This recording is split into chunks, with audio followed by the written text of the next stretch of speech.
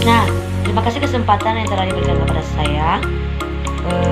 Dalam pembahasan kali ini kita akan membahas jaringan pada tumbuhan. Nah, ada beberapa struktur jaringan pada tumbuhan yang akan kita bahas pada kali ini. Nah, sebelum itu perkenalkan, nama saya Gunawan Mazika. Saya dari kelas 11 MIPA 1. Nah, langsung saja kita masuk pada materinya. Nah, ada dua jenis jaringan pada tumbuhan, yaitu jaringan permanen dan jaringan meristem. Apa itu jaringan meristem? Nah, pada tahap awal perkembangannya, sel tumbuhan mengadakan pembelahan. Tahap selanjutnya, bagian tersebut memiliki sifat embrionik, yaitu memiliki kemampuan untuk membelah. Nah, jaringan embrionik ini disebut jaringan meristem. Nah, ciri khas jaringan meristem ini ialah aktif membelah. Jadi, jaringan meristem terus membelah sel-selnya berdasarkan letaknya. Jaringan meristem dibedakan atas meristem apikal, lateral, dan meristem interkalar. Nah, jaringan permanen. Jaringan meristem yang telah mengalami diferensiasi akan membentuk jaringan dewasa atau permanen. Nah, jaringan dewasa pada tumbuhan terbagi atas 4 macam, yaitu jaringan epidermis, parenkim, penyongkong, dan jaringan pengangkut. Nah, jadi jaringan permanen ini terbentuk atas jaringan meristem. Nah, kita masuk pada jaringan epidermis.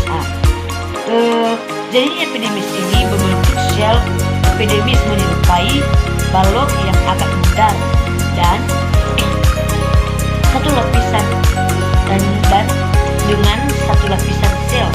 Nah, sel-selnya tersusun rapat sehingga tidak ada ruang di antara sel-selnya. Jaringan epidermis ini dapat mengalami pembelahan, maksudnya perubahan bentuk atau bermodifikasi menjadi stomata atau bulu daun dan berkoma menjadi rambut. Nah, sekarang kita masuk pada jaringan parenkim. Nah, pada jaringan parenkim terjadi berbagai aktivitas penting tumbuhan, yaitu seperti fotosintesis, asimilasi, respirasi, penimbuhan, sekresi, dan ekresi. Nah, bentuk sel parenkim bervariasi dan berlapis banyak. Letak antar selnya renggang sehingga terdapat ruang antar sel.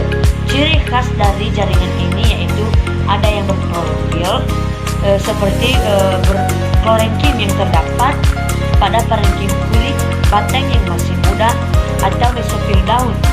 Nah, ada pun yang masih bersifat meristematis seperti kambium yang terletak di batang. Nah, selanjutnya jaringan penyongkong. Jaringan penyongkong ini merupakan jaringan yang memperkuat tumbuh-tumbuhan. Nah, jaringan penyongkong meliputi jaringan sklerenkim dan jaringan kolenkim. Nah, kita masuk pada jaringan sklerenkim. Nah, jaringan sklerenkim ini merupakan sel mati yang tidak mengalami lignifikasi. Sklerenkim mempunyai didik sekunder. Nah, sklerenkim mengalami penebalan dinding sel dari zat-zat kayu atau lignin yang dapat memperkuat tumbuh-tumbuhan.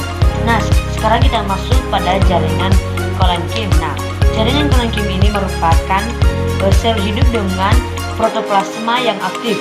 Nah, jaringan ini dindingnya mengalami penebalan dinding dari selulosa. Nah, sekarang kita masuk pada jaringan pengangkut. Nah, fungsi dari jaringan ini berfungsi untuk mengangkut zat yang diperlukan tumbuhan. Nah, jaringan pengangkut terbagi atas dua jenis, yaitu xilem dan phloem.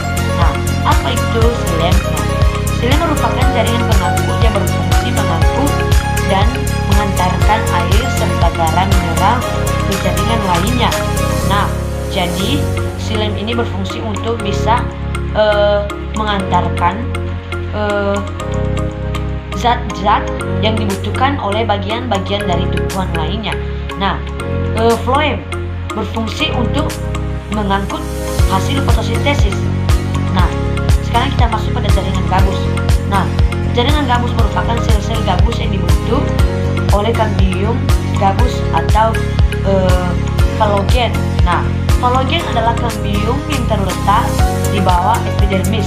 Nah, pada batang dan akar buah, phloem yang membelah ke arah luar akan membentuk jaringan gabus sehingga menutupi epidermis yang dinamakan dengan xilem.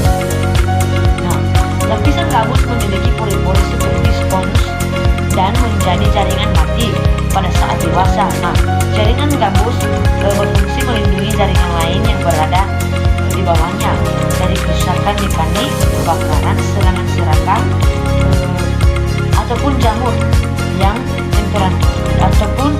temperatur ekstrim dan kehilangan air.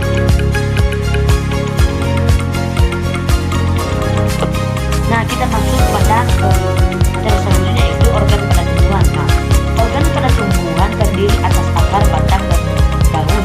Pasti sudah ini tidak asing lagi bagi kita. Nah, pertama akar. Nah, akar ini merupakan organ tumbuhan yang memiliki fungsi utama untuk menyerap air dan mineral dari dalam tanah, dan berfungsi juga untuk memperkuat tumbuhan agar tidak mudah untuk bisa tumbang. Nah, batang.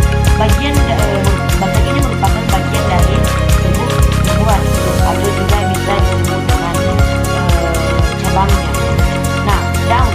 Bagian daun ini merupakan bagian dari tumbuhan yang berfungsi sebagai pemasak atau penerima makanan yang berukuran besar dalam melakukan fotosintesis. Nah, sekarang kita masuk lanjut pada materi kultur jaringan atau in vitro. Nah, kultur jaringan atau in vitro ini merupakan proses memperbanyak sel generatif dan jaringan tumbuh tanaman menjadi tanaman yang baru sehingga sama dengan tanaman induknya. Nah, teknik kultur jaringan memanfaatkan prinsip perbanyak tumbuh secara vegetatif, dan kultur jaringan dilakukan di ruang inkubasi atau ruang kultur yang telah dipersiapkan secara aseptik. Nah, demikianlah pembahasan materi pada jaringan pada tumbuhan. Semoga ini dapat bermanfaat, dan jika ada kesalahan mohon dimaklumi. Salam dari saya, Yahoo.